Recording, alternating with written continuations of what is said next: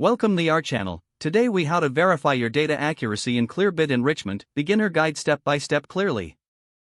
To verify your data accuracy in Clearbit Enrichment, start by logging into your Clearbit account. Once you're logged in, navigate to the dashboard. Identify the dataset you wish to verify. Select the enrichment option for that specific dataset. Review the data fields available for enrichment. Check for any pre-existing entries in your database. Cross-reference these entries with the data provided by Clearbit.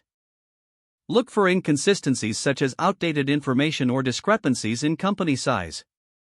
Pay special attention to key details, like email addresses and phone numbers. Utilize Clearbit's validation tools to cross-check this information. If discrepancies arise, use alternative sources for verification. Consider reaching out directly to contacts for confirmation. After verification, make necessary adjustments in your dataset.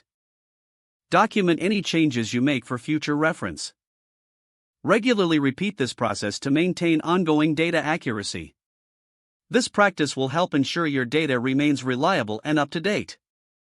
If the page does not load, refresh the browser or try again in a private or incognito window. Make sure you are using the correct email address, then retype it carefully to avoid small typos.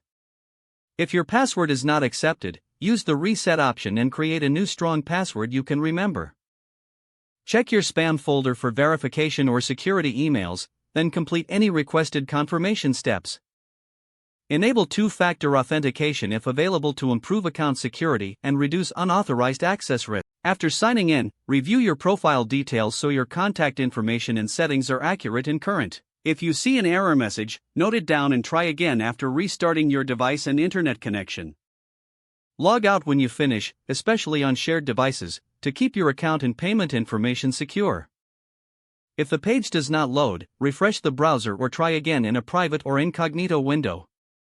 Make sure you are using the correct email address, then retype it carefully to avoid small typos. If your password is not accepted, use the reset option and create a new strong password you can remember.